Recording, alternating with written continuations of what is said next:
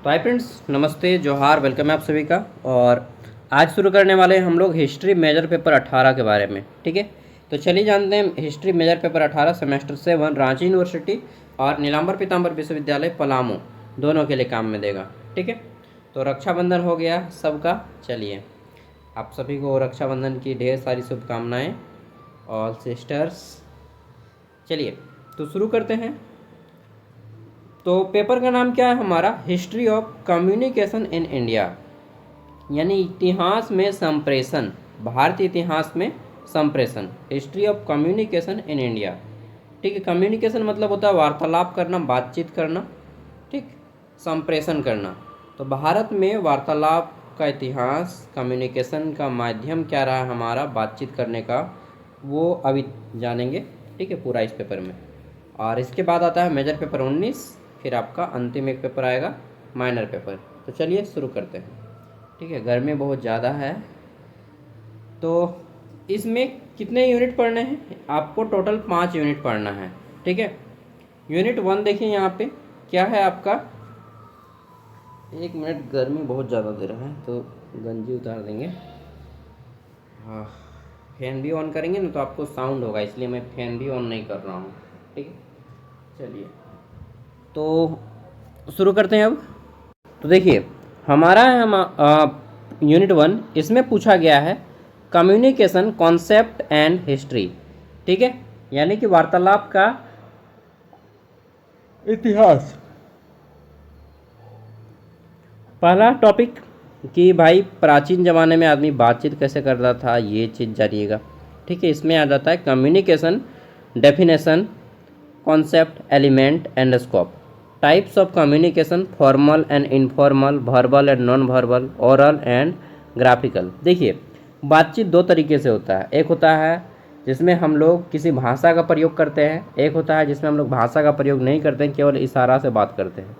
ठीक है, इशारा से बात करते हैं, मुंडी हिला दिए तो यस, नो कर दें तो मुंडी को राइट।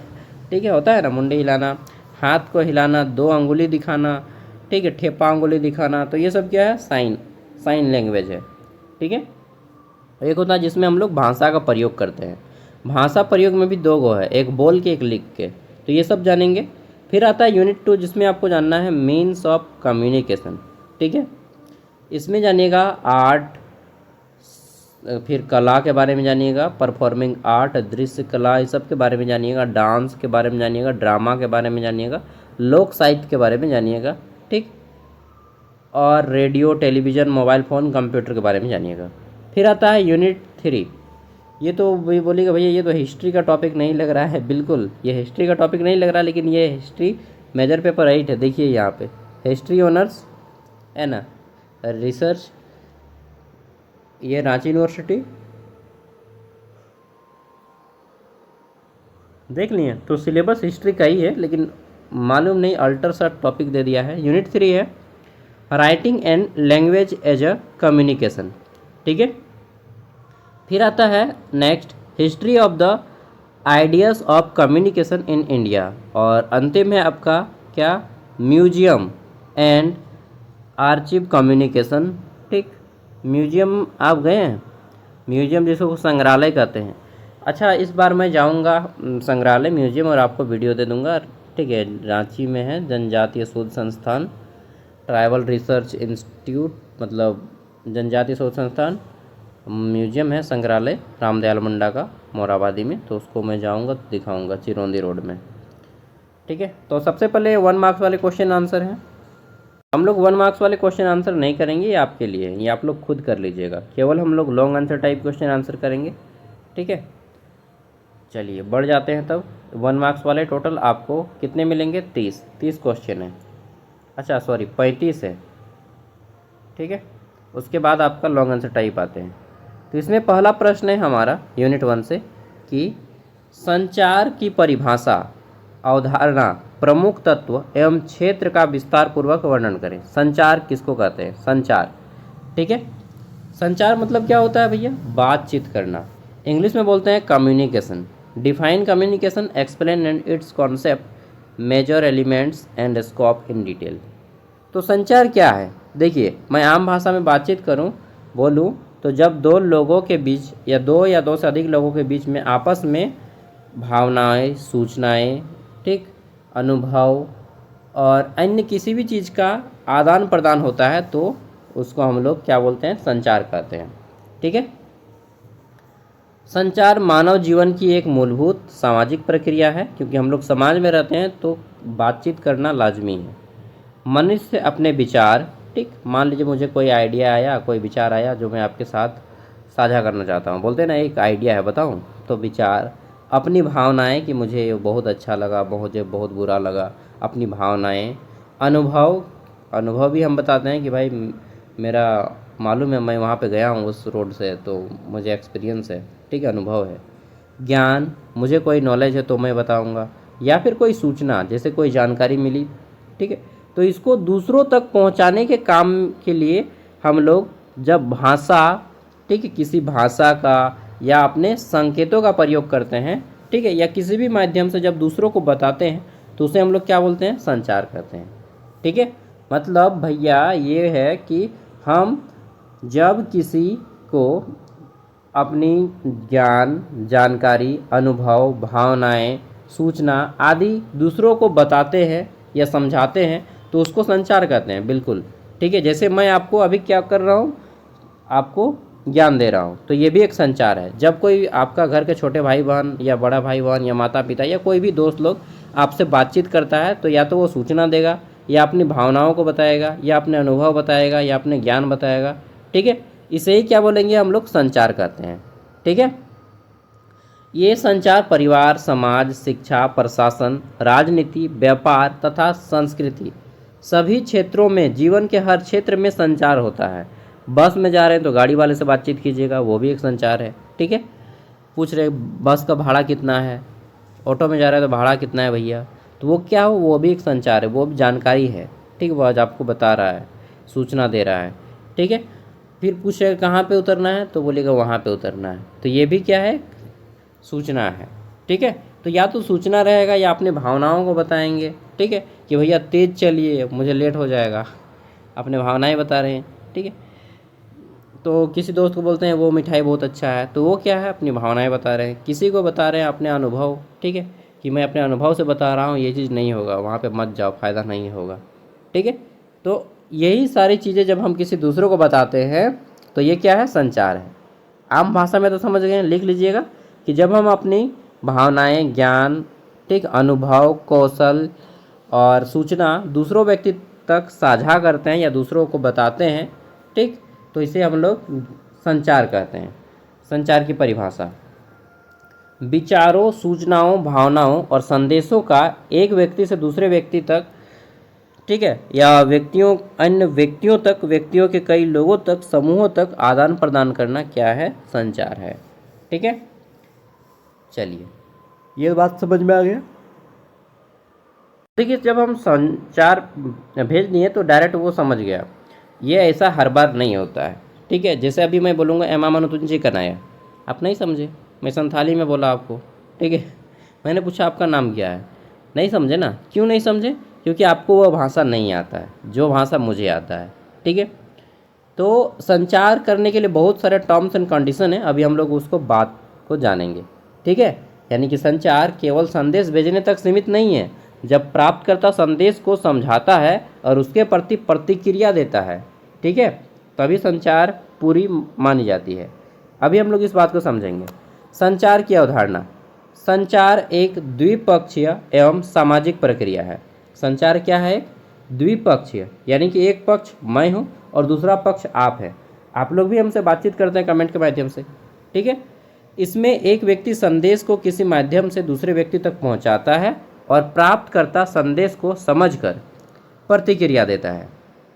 ठीक है। जैसे आपने समझ लिया, बोले क्लास भैया मज़ा आ गया, बहुत अच्छा समझे। कोई बोलता है नहीं भैया हमको समझने में दिक्कत हो रहा है, कोई बोलेगा भाग एकदम बकवास क्लास है। ठीक है। तो ये क्या है, प्रतिक्रिया है आपकी, फीडबैक इंग्लिश में बोलते हैं। आधुनिक संचार में मोबाइल, इंटरनेट, डिजिटल माध्यम जैसे कि ईमेल, एसएमएस, मैसेज, इन सब का भी उपयोग किया जाता है। ठीक है। संचार के प्रमुख तत्व, अब देखिए मैंने बताया था, ठीक है, एमामा ओड़ा चे कनाया, ठीक है, हम पूछ रहे हैं आपको चे, चे मतलब बोलो भाई, आपका घर कहाँ है। पड़ा, पड़ा मतलब होता है घर। ठीक है, तो बात यह है कि प्रेषक जो बोल रहा है हर बात आपको समझ में नहीं आ जाएगा, उसके लिए कुछ टर्म्स एंड कंडीशंस हैं। क्या है, तो कुछ टर्म्स एंड कंडीशंस हैं, यानी कि कुछ रूल्स रेगुलेशंस हैं। ठीक है, कुछ नियम व शर्तें हैं।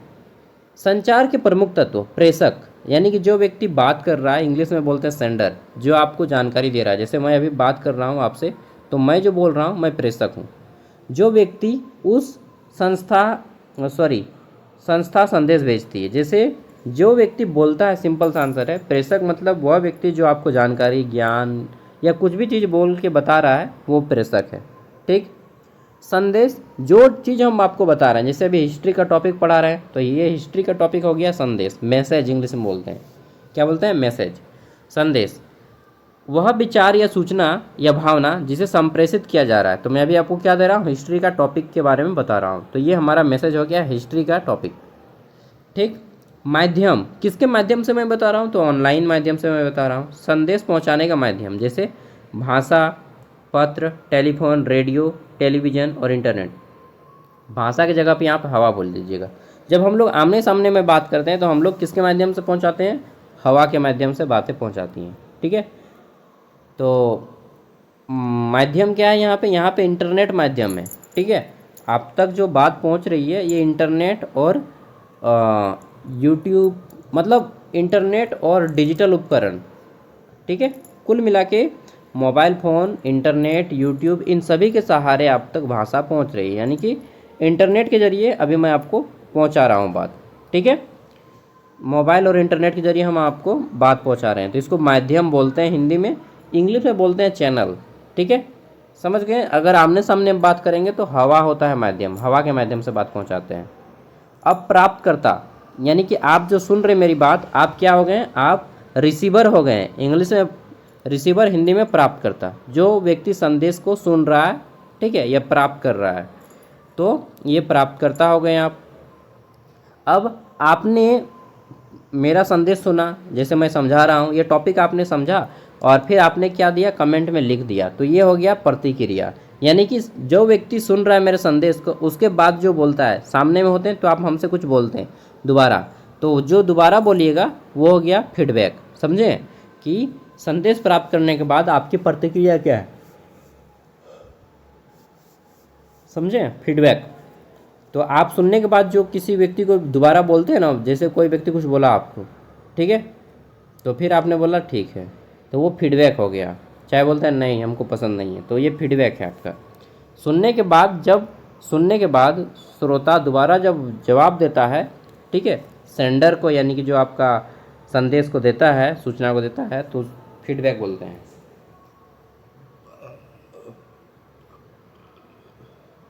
चलिए आगे बढ़ जाते हैं। तो अगला है आपका संदर्भ। संदर्भ क्या है, वह सामाजिक, सांस्कृतिक या पारिस्थितिक वातावरण जिसमें संचार होता है। ठीक है, इसको संदर्भ को हटा दीजिए, ये उतना इम्पोर्टेंट नहीं है। तो 5 चीज़ें मैंने बताई, ये सबको याद रख लीजिएगा। बातचीत करने के लिए 5 टर्म्स एंड कंडीशन है। ठीक है, प्रेषक जो बात कर रहा है, जो व्यक्ति आपको संदेश पहुंचा रहा है, संदेश जिस टॉपिक पे बात किया जा रहा है, माध्यम किसके माध्यम से संदेश भेज रहे हैं। यदि हम स्पीड पोस्ट के माध्यम से भेज रहे हैं तो वो स्पीड पोस्ट आ जाएगा, पोस्ट ऑफिस के माध्यम से। ठीक है, व्हाट्सएप से भेज रहे हैं तो व्हाट्सएप हो जाएगा, सोशल मीडिया। ठीक, जो व्यक्ति सुन रहा है या प्राप्त कर रहा है मैसेज या संदेश, उसको बोलेंगे प्राप्तकर्ता। फिर वो व्यक्ति जो दोबारा राय देता है अपनी, उसको बोलते हैं प्रतिक्रिया। ठीक है, संचार का क्षेत्र फिर बताइएगा, ऐतिहासिक महत्व बताइएगा। संचार का क्षेत्र बहुत बड़ा है। ठीक है, शिक्षा में हम लोग संचार का प्रयोग करते हैं, जैसे कि जितने भी किताब वगैरह आता है लिखित भाषा में आता है। ठीक, आता है ना। विद्यार्थियों के बीच ज्ञान का आदान प्रदान संचार के कारण ही हो पाता है। अगर बातचीत नहीं होता तो फिर सोचो कि पढ़ाई लिखाई हो पाता, नहीं हो पाता। प्रशासन के जितने भी कामकाज होते हैं, ठीक है, प्रशासन मतलब जितने भी सरकारी कामकाज होते हैं वो सब, या कोई भी कामकाज होता है वो सब किस में होता है, भाषा के माध्यम से ही होता है। ठीक है, व्यापार में विज्ञापन और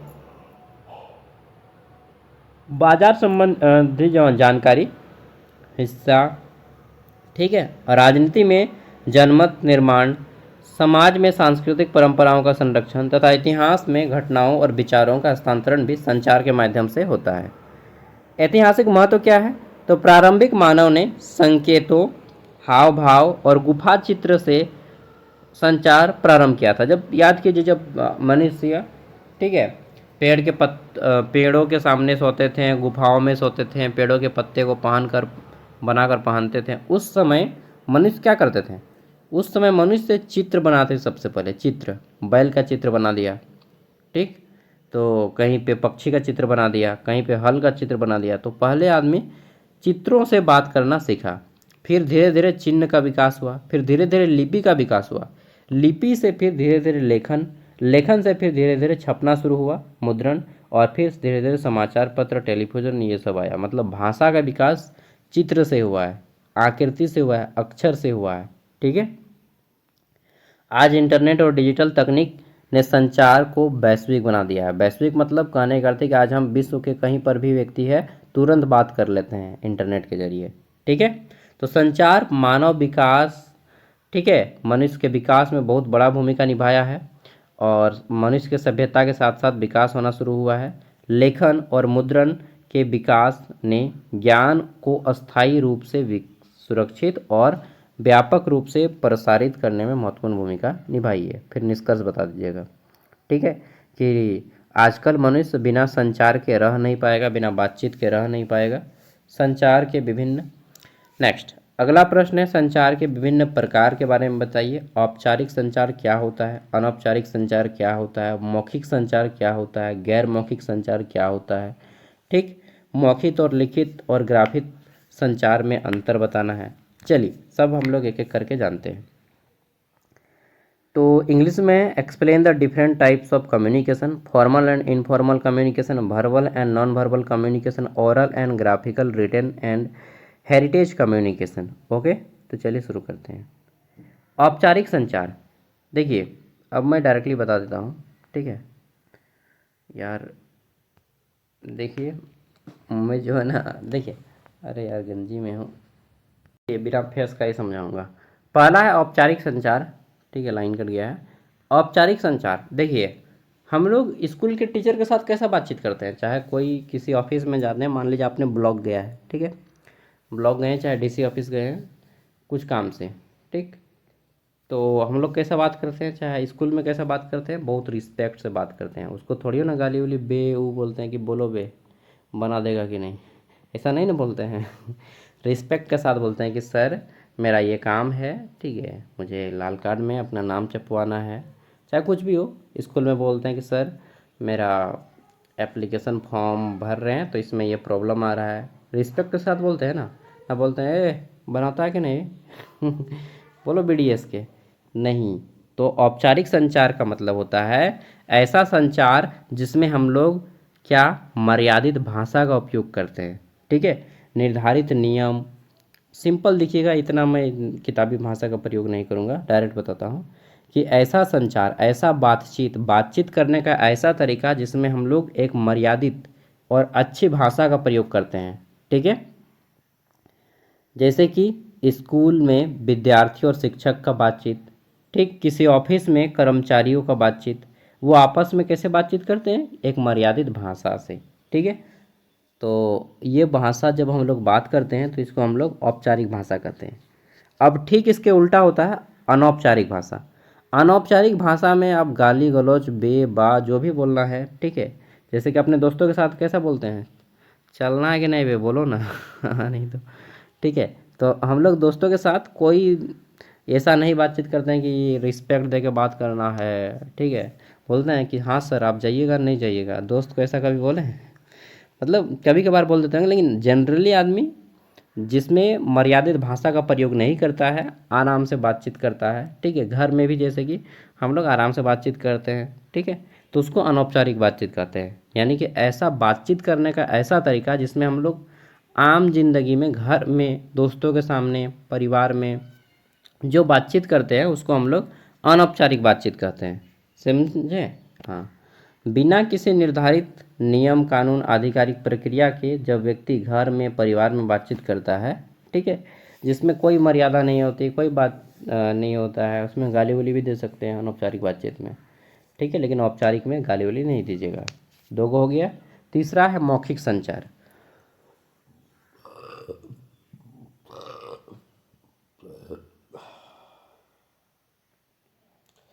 चलिए, ये क्या होता है मौखिक संचार?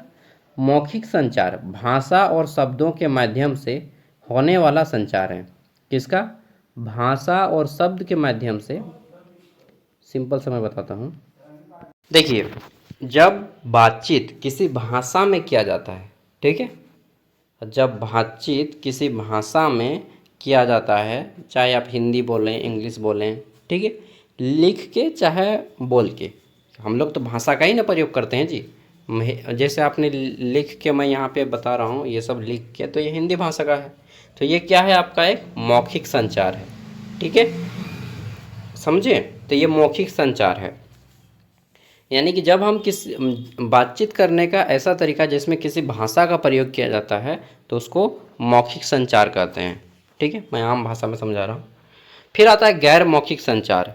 जब बातचीत करने में हम लोग बातचीत करने का ऐसा तरीका जिसमें हम लोग किसी भी भाषा का प्रयोग नहीं करते बल्कि चेहरे के हाव भाव, इशारा, ठीक है, संकेत, इस सब से हम लोग जब काम चलाते हैं तो गैर मौखिक संचार कहते हैं। जैसे किसी को इशारा करना होता है तो हम लोग सिंपल आँख मार देते हैं, ठीक, या किसी को हम लोग ना करने का होता है तो हम ठेपा उंगली दिखा देते हैं, नो नो नो नो, ठीक है। किसी को हम बताना चाहते हैं कि भाई हम खुश हैं तो मुस्कुरा देते हैं। ये सब क्या है हमारा? किसी को क्रोध दिखाना चाहते हैं तो आंखें बड़ी बड़ी कर देते हैं, ठीक। तो ये क्या है? गैर मौखिक संचार है, यानी कि गैर मौखिक संचार, ठीक, ऐसा संचार है जिसमें हम लोग किसी भी भाषा का प्रयोग नहीं करते हैं बल्कि चेहरे के हाव भाव, इशारा, इन सभी का प्रयोग किया जाता है। नेक्स्ट, मौखिक और श्रव्य संचार। मौखिक और श्रव्य संचार, देखिए, बोलकर और सुनकर होने वाला संचार मौखिक और श्रव्य संचार है। बोलकर और सुनकर जो होता है, ठीक, मौखिक संचार किसको कहते हैं? जब हम लोग भाषा का प्रयोग तो कर रहे हैं लेकिन बोल के, ठीक है, जब हम बातचीत का ऐसा तरीका जिसमें हम लोग बोल के किसी भाषा का प्रयोग करते हैं तो वह मौखिक संचार हो गया, ठीक है। ये मौखिक संचार वही है, सिंपल सा वही, ठीक। और सुनना हो गया श्रव्य संचार, बोलें फिर सुने, ठीक है, फिर उत्तर दिए। लिखित संचार वही है, ये जब हम लोग भाषा का प्रयोग, जब हम लोग बातचीत करने का ऐसा तरीका जब भाषा का प्रयोग लिख कर किया जाता है तो यह लिखित संचार है। अभी मैं आपको किससे बता रहा हूँ? लिख के या बोल के, दोनों से बता रहा हूँ, लिखित भी है और मौखिक भी है। तो यह हो जाएगा लिखित और मौखिक दोनों संचार, ठीक है, मैं दोनों संचार का प्रयोग कर रहा हूँ, लिखित भी और मौखिक भी, ठीक है। नेक्स्ट, विरासत संचार। विरासत संचार क्या होता है? ऐसा संचार जो एक पीढ़ी से दूसरी पीढ़ी तक, बातचीत का ऐसा माध्यम जो एक पीढ़ी से दूसरी पीढ़ी तक बदलती जाती है, ठीक है, या उन तक पहुंचती जाती है। एक पीढ़ी से दूसरी पीढ़ी तक संस्कृति, परंपरा, विश्वास, कला, लोक कथा, ऐतिहासिक ज्ञान, इन सब को पहुंचाया जाता है, तो इसको हम लोग बोलते हैं विरासत संचार, ठीक है। विभिन्न प्रकारों का महत्व, विभिन्न प्रकार के संचार का महत्व, ठीक है, या भिन्नता का महत्व। देखिए, इस दुनिया में जो भी चीज़ है ना, सभी का महत्व है। अगर आप देख रहे हैं कोई पौधा जो लगता है कि नहीं ये तो फालतू है, नहीं, वो भी महत्वपूर्ण है। बकरी के खाने के लिए महत्वपूर्ण है यार, ठीक है। जो बकरी नहीं खाता वो किसी अन्य चीज़ का महत्वपूर्ण है, ठीक है। तो कोई भी बिना महत्व का नहीं है। इस प्रकार इन सभी प्रकारों में मानव समाज में अलग अलग भूमिकाएं निभाई हैं। औपचारिक संचार प्रशासन के लिए, अनौपचारिक संचार सामाजिक संबंधों के लिए, मौखिक संचार तत्काल बातचीत के लिए, लिखित संचार अस्थायी रिकॉर्ड के लिए उपयोगी है।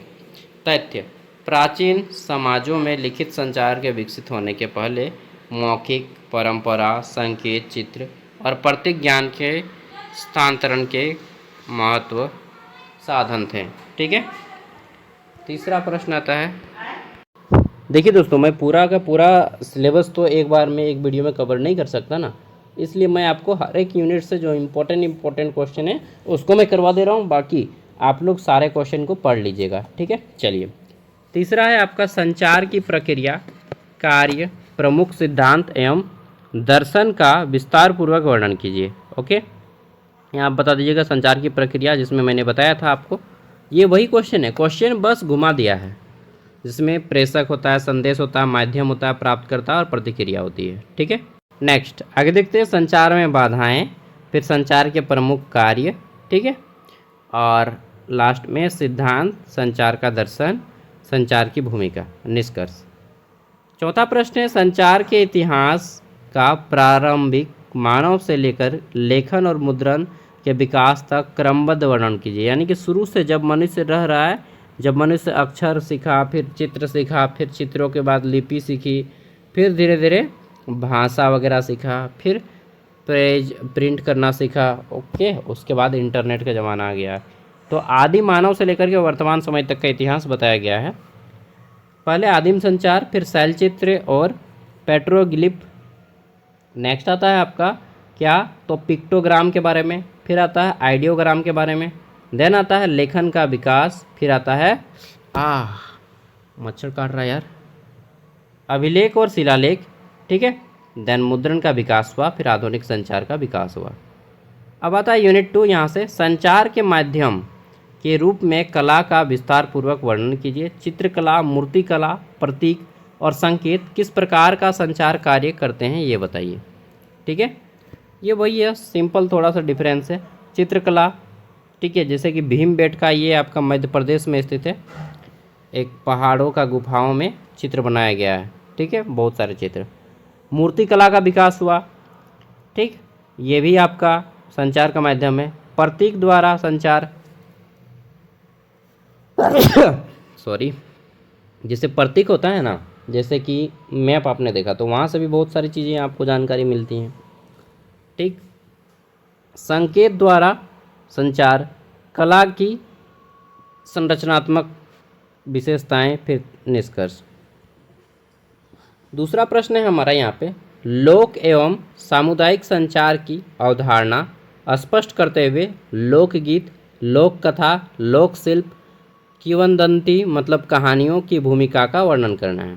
ठीक है, तो लोकगीत के माध्यम से भी आपने लोकगीत पढ़ा होगा, जैसे कि करम गीत एक लोकगीत हो गया हमारा, ठीक, झूमर गीत लोकगीत हो गया हमारा। ठीक है, जब धान कटनी होता है तो उस टाइम पे लोकगीत गाते हैं, जब शादी होता है उस टाइम पे लोकगीत गाते हैं, तो ये सब क्या है, लोकगीत है। फिर लोक कथा है, बहुत सारे कथा आपने सुना होगा, ठीक है, जो कि पीढ़ी दर पीढ़ी सुनते आ रहे होंगे। फिर आता है लोक शिल्प।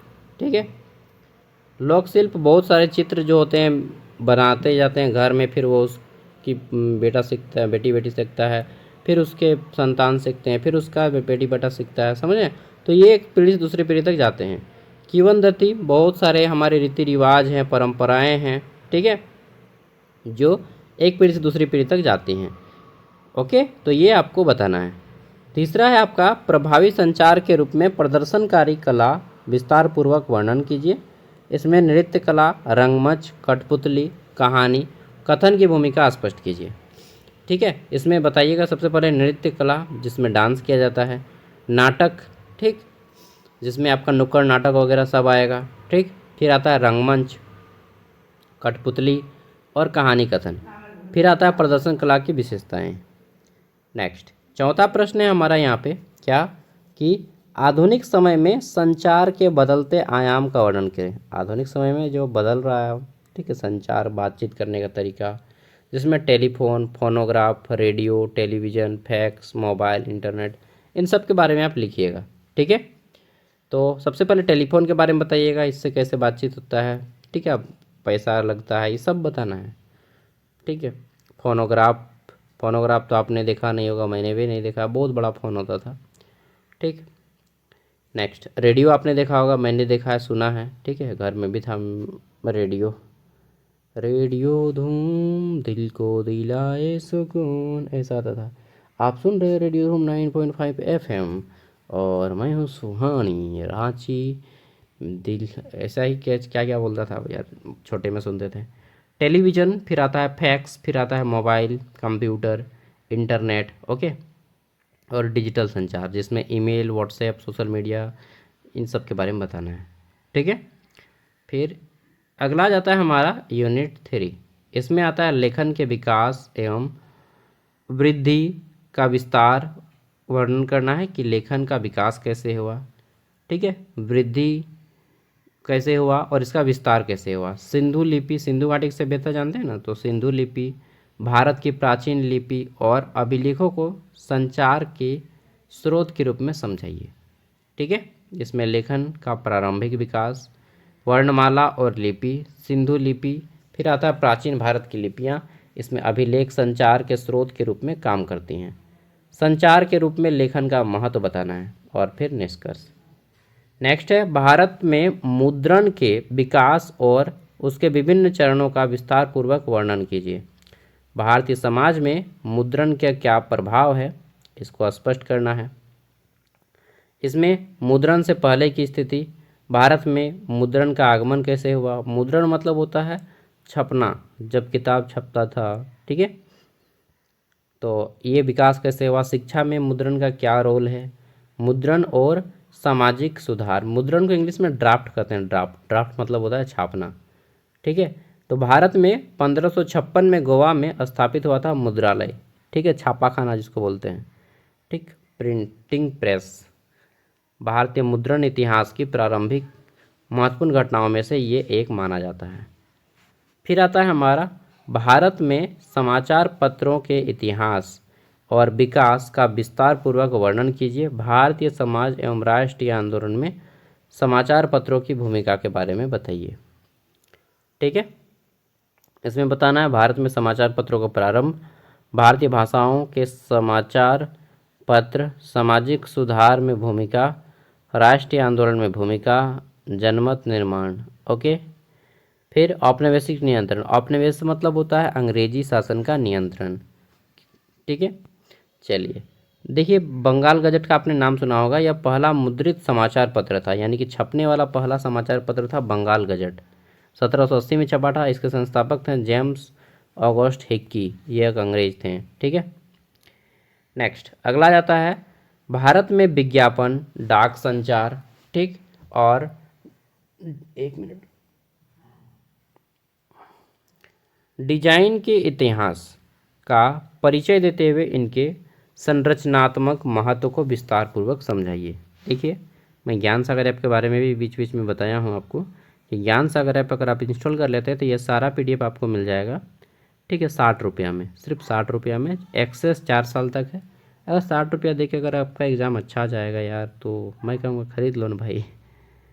चलिए नेक्स्ट आता है आपका यूनिट 4, जिसमें आपको पूछा गया है, किसी एक के बारे में पूछा जाएगा, या तो विवेकानंद या गांधी, या दोनों के बारे में। विवेकानंद और गांधी के योगदान की विस्तार पूर्वक चर्चा करनी है संचार में, ठीक है। Discuss in detail the contribution of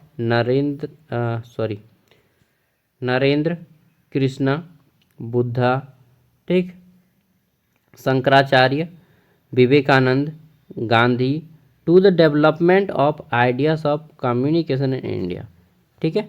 यहाँ पे ये या तो आपका एक मिनट, ये नारद लिखे हैं जी, नारद मुनि के नाम सुने हैं ना, नारद मुनि, श्रीमन नारायण नारायण हरे हरे नारायण नारायण, जो बोलते रहते हैं ना नारद मुनि, उन्हीं को बोलते हैं। श्री कृष्णा, ठीक है, जय श्री कृष्णा। बुद्ध के बारे में, बुद्धम शरणम गच्छामि। शंकराचार्य, ठीक है, जिन्होंने बोला कि सारा दुनिया माया है, मिथ्या है, जग माया मिथ्या है। विवेकानंद, जिसने बोला कि सबसे पहले गीता पढ़ने से पहले फुटबॉल खेल के शरीर को मजबूत करो, समझे, उसके बाद गीता पढ़ना बाबू। ठीक है। गांधी जी, जिन्होंने क्या बोला कि गांधी जी बहुत बोले सत्य अहिंसा, ठीक है, मेरी सबसे बड़ी मजबूत हथियार है, ठीक है। चलिए, और सत्याग्रह, तो इनके बारे में पूछा जा सकता है किसी एक के बारे में। तो सबसे पहले हम लोग जान लेते हैं, ये टॉपिक इंटरेस्टिंग है, जो इंटरेस्टिंग टॉपिक ये रहेगा ना, मैं इसको थोड़ा सा बता दूंगा, क्योंकि मुझे भी पढ़ने में उसमें मज़ा आता है। बाकी पढ़ना किसको पसंद है बताओ। चलिए, इंटरेस्टिंग रहेगा तो हर कोई पढ़ना चाहेगा, लेकिन बोरिंग रहता है फिर भी पढ़ना होता है, क्योंकि पढ़ना तो सब है ना। तो भारत में संचार की परंपरा अत्यंत प्राचीन है। यहाँ संचार केवल सूचना के आदान प्रदान तक सीमित नहीं है, बल्कि इसका संबंध ज्ञान, धर्म, नैतिक, सामाजिक सुधार और मानव कल्याण से भी रहा है। भारतीय परंपरा में अनेक महान व्यक्तियों ने अपने विचार को विभिन्न माध्यमों से समाज तक पहुंचाया है। ठीक है, सबसे पहले आते हैं नारद। नारद जी को देव मुनि कहा जाता है, देवताओं का मुनि। ठीक है, या देव ऋषि, देवताओं का ऋषि, देव ऋषि नारद। ये ब्रह्मा और माता सरस्वती का पुत्र माने जाते हैं। ठीक है, आप ऐसा माने जाते हैं। तो नारद जी हमेशा नारायण नारायण नारायण नारायण का जाप करते हैं। नारायण नारायण मतलब नारायण किनको कहा जाता है? नारायण भगवान, श्रीमन नारायण नारायण हरे हरे। तो नारायण कहा जाता है विष्णु भगवान को। ठीक है, देखिए बोला जाता है कि भारतीय परंपरा में संदेश वाहक यानी कि सूचना को एक स्थान से दूसरे स्थान तक पहुंचाने का काम नारद मुनि को दिया गया। ये मैं देवलोक की बात कर रहा हूँ, ये धरती लोक है, इसको मृत्यु लोक भी कहा जाता है। ठीक है, तो पहले एक देवता से दूसरे देवता तक बात कौन पहुंचाता था? नारद मुनि। अब मालूम नहीं, देवता तो आपस में भी बात कर सकते थे, लेकिन ये सूचना को पहुंचाने का काम करते थे। संदेशवाहक के रूप में किनको काम किया गया? नारद मुनि को। संदेशवाहक के प्रतीक माने जाते हैं नारद मुनि। धार्मिक जितने भी आख्यान हैं में वे विभिन्न लोकों के बीच, ठीक, कभी देवलोक तो कभी राक्षस लोक तो कभी देवलोक, नारद मुनि घूमते रहते थे। विभिन्न लोगों के बीच सूचना और संदेशों को पहुंचाने वाले पात्र के रूप में दिखाई देते थे। आपने कोई भी धारावाहिक देखा होगा तो उनको मिलता है ये रोल। इस दृष्टि में वे प्राचीन भारतीय संचार परंपरा का प्रतीकात्मक उदाहरण माने जाते हैं। ठीक है, तो नारद मुनि का उदाहरण दीजिएगा। फिर आता है श्री कृष्ण। ठीक है, Shri Krishna my favourite hero. तो श्री कृष्ण ने संवाद के माध्यम से ज्ञान, जीवन और दर्शन का गीता का पाठ पढ़ाया अर्जुन को। ठीक है, भगवत गीता में श्री कृष्ण और अर्जुन का संवाद भारतीय ज्ञान परंपरा में संवादात्मक संचार का महत्वपूर्ण उदाहरण है। कृष्ण ने कर्म, ज्ञान, ठीक है, भक्ति और धर्म से संबंधित विचारों को अर्जुन के माध्यम से संपूर्ण विश्व को सुनाया है। ठीक है, तो श्री कृष्ण को भी संचार का ज्ञाता माना जाता है। फिर आता है गौतम बुद्ध। ठीक है, गौतम बुद्ध मतलब जितने भी ये है ना, कबीर, इन सब के बारे में आपको यहाँ पे जो जो नाम दिया गया वो बताइएगा। गौतम बुद्ध, इनका वास्तविक नाम था सिद्धार्थ। इन्होंने सरल भाषा में पाली भाषा, गौतम बुद्ध ने पाली भाषा, उस समय पे आम लोग बोलते थे, पाली भाषा में अपने ज्ञान को लोगों तक पहुंचाया। ठीक, उन्होंने उपदेश, संवाद और संघ के माध्यम से अपने विचारों का प्रचार किया। बौद्ध धर्म के प्रचार में मुंह के माध्यम से मौखिक संचार की विशेष भूमिका रही है। आदि शंकराचार्य ने विभिन्न क्षेत्रों की यात्राएं की। ठीक, शास्त्रार्थ किया और संवाद के माध्यम से अद्वैत वेदांत, इनका दर्शन का नाम है आदि शंकराचार्य का, अद्वैत वेदांत के विचारों का प्रचार किया। अनेक दार्शनिक संवाद भारतीय बौद्धिक संचार की महत्वपूर्ण परंपरा को दर्शाते हैं। ठीक, फिर आता है स्वामी विवेकानंद। स्वामी विवेकानंद ने भाषणों, लेखों और सार्वजनिक संवाद के माध्यम से भारतीय दर्शन को आधुनिक विश्व तक पहुंचाया। 1893 में शिकागो के विश्व धर्म संसद में उनका भाषण भारतीय आध्यात्मिक विचारों के वैश्विक संचार का महत्व का उदाहरण बना। स्वामी विवेकानंद मालूम था ना, 1893 में अमेरिका जाके संवाद किए थे, भाषण दिए था, मेरे प्यारे भाइयों और बहनों, all my dear brothers and sisters. ठीक है, ये शब्द से वो भाषण को शुरू करते हैं। महात्मा गांधी भी कितना पैदल चले, भूखे रहे और लोगों तक बातें पहुंचाई। ठीक है, इन सब के बारे में बताइएगा बस। फिर आता है भारतीय साहित्य को संचार के माध्यम के रूप में स्पष्ट कीजिए। मिथक एवं किंवदंती, नाट्य शास्त्र, मेघदूत, पंचतंत्र, गुरु ग्रंथ साहिबा और रामचरितमानस की संरचनात्मक भूमिका का वर्णन करना है। ठीक है, तो पहले बताइएगा मिथक, किंवदंतियाँ, फिर आता है आपका नाट्य शास्त्र, ठीक, जिसको भरत मुनि ने लिखा है। फिर आता है मेघदूत, जिसको कालिदास ने लिखा है। पंचतंत्र, जिसको विष्णु शर्मा ने लिखा है। ये सब किताब है। गुरु ग्रंथ साहिबा, ठीक है। इसको किसने लिखा है? ये सिख धर्म का पवित्र ग्रंथ है और इसको किसने लिखा मुझे नहीं मालूम। ठीक है। रामचरितमानस इसको तुलसीदास ने लिखा है। फिर पंचतंत्र आता है। ठीक, अच्छा पंचतंत्र तो पहले ही बोल दिए, विष्णु शर्मा। ठीक है, तो इसके बारे में बताइएगा। इनसे आम लोग किताब को पढ़ा और फिर संचार का माध्यम फैला। भारत में दृश्य कला यानी कि फोटो को देखकर संचार के माध्यम के रूप में समझाना है। इसमें भित्ति चित्र, शैल चित्र, मृद भांड यानी कि मटके जो होते हैं उनके उदाहरण के साथ आपको बताना है। भित्ति चित्र, शैल चित्र, मृद भांड, दृश्य कला का संरचनात्मक महत्व। ठीक है। नेक्स्ट, भारतीय दृश्य कला साहित्य की संरचनात्मक भूमिका का वर्णन कीजिए। विष्णु धर्मोत्तर पुराण के चित्रसूत, ठीक, रसिक प्रिया और बिहारी सतसई के संदर्भ में समझाइए।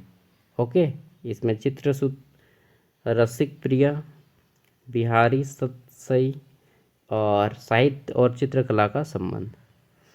नेक्स्ट, अब आ जाते हैं नेक्स्ट अंतिम यूनिट। इसमें है संग्रहालय, जिसको म्यूजियम बोलते हैं, जहाँ पे पुरानी चीज़ों को रखा जाता है। ठीक है, तो पुरानी चीज़ों को रखा जाता है, वस्तुओं को रखा जाता है, पुरानी अवशेषों को रखा जाता है म्यूजियम। ठीक, अभिलेखागार को ऐतिहासिक सांस्कृतिक संचार का आदान प्रदान का स्रोत माना जाता है। ठीक है, अजायब घर भी इसको बोला जाता है। अजायब घर क्योंकि इस अजीबोगरीब चीज़ इसमें देखने को मिलेंगी आपको। तो संग्रहालय का महत्व बताइएगा। ठीक है, इसमें पुरानी चीज़ें रखी जाती हैं, जैसे कि संग्रहालय में रखी गई वस्तुएं अपने समय की सामाजिक यानी कि पुराने इतिहास की सामाजिक, आर्थिक, धार्मिक, सांस्कृतिक परिस्थितियों के बारे में जानकारी देती है। ठीक है, पुरानी मूर्ति, चित्र, सिक्के, उन सब को देख के हम लोग अनुमान लगाते हैं कि उस समय के आदमी किस तरह से रहते थे। ठीक है, तो ये भी एक संचार का माध्यम है। संग्रहालय को केवल सुरक्षित नहीं बल्कि उनके प्रदर्शन, विवरण पट, गाइड, आख्यान और शैक्षणिक कार्यक्रम माध्यम से दर्शकों तक उनके अर्थ को पहुंचाया जाता है। फिर अभिलेख, सांस्कृतिक संचार, निष्कर्ष। और 2 क्वेश्चन है। संग्रहालय में कलाकृतियों, दीर्घाओं, प्रदर्शनियों और आउटरीच कार्यक्रम की भूमिका का विस्तारपूर्वक वर्णन कीजिए। ओके, फिर ये है। इसके बाद और एक प्रश्न है, स्मारक एक जीवंत संग्रहालय है। इस कथन की व्याख्या कीजिए। ऐतिहासिक स्मारक के संरचनात्मक महत्व को स्पष्ट कीजिए। देखिए, मैं हर बार ऐप के बारे में बताऊँगा, कितना बताऊँगा। ऐप का लिंक वीडियो का डिस्क्रिप्शन में दे रहा हूँ। जिनको ऐप नहीं चाहिए वो लोग क्वेश्चन को लिख के आंसर कर लीजिएगा। 60 रुपया खर्चा कीजिए दोस्त, ज़्यादा नहीं बोल रहा हूँ, 60 रुपया। और उसके बाद फिर सेमेस्टर 8 का भी नोट्स मिलेगा। और इसके बाद आपका जब नोट्स ख़त्म हो जाएगा, मतलब ग्रेजुएशन, तो अपना पास दे दीजिएगा। आपके घर के जो भी छोटे बच्चे हैं, भाई हैं, दोस्त है, कोई ना कोई होगा जो पढ़ रहा होगा। ठीक है, तो उनको दे दीजिएगा, उनको काम में आएगा। अपना नंबर दे दीजिएगा, वो लॉगिन कर लेंगे। ठीक है, आपका ख़त्म होने के बाद। चलिए, कंप्लीट हो जाता है यहाँ से सारा क्वेश्चन आंसर हमारा। अब मिलते हैं नेक्स्ट वीडियो में। Thank you for watching this video. Bye bye, take care, all the best. अच्छे से एग्जाम दीजिए।